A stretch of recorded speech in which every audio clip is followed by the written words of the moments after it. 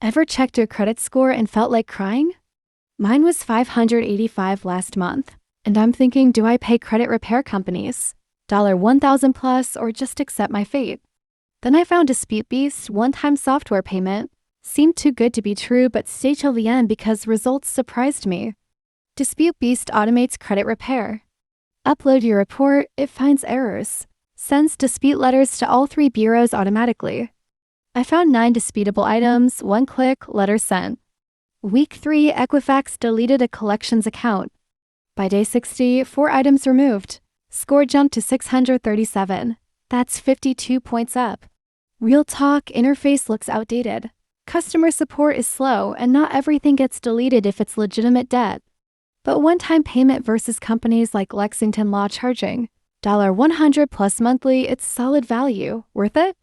If you have real errors and want to save money, yes. If you need professional help, see specialist. That score boost got me a better interest rate on my loan. Link in description. Thanks for watching. Subscribe for honest reviews. Comment your credit score story.